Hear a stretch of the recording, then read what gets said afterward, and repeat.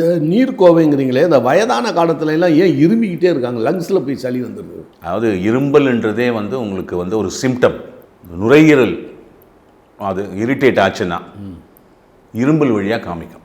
நுரையீரல் ஏன் இரிட்டேட் ஆகுதுன்னா மண்ணீரலுக்கும் நுரையீரலுக்கும் தான் தொடர்பு ஜாஸ்தி. மண்ணீரலில் உங்களுக்கு இயக்கம் வந்து இம்பேலன்ஸ் ஆச்சுன்னா, மண்ணீரல்லாம் இங்கிலீஷில் என்ன? ஸ்ப்ளீன். ஓ சரி சரி.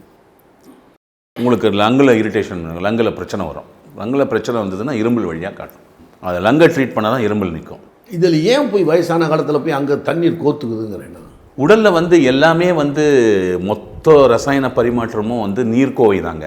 ஓ நீர் திரவம் தான், திரவ பரிமாற்றம் தான். இப்போ ஒரு குளுக்கோஸ்னால் அது திரவமாக தான் போக முடியும்.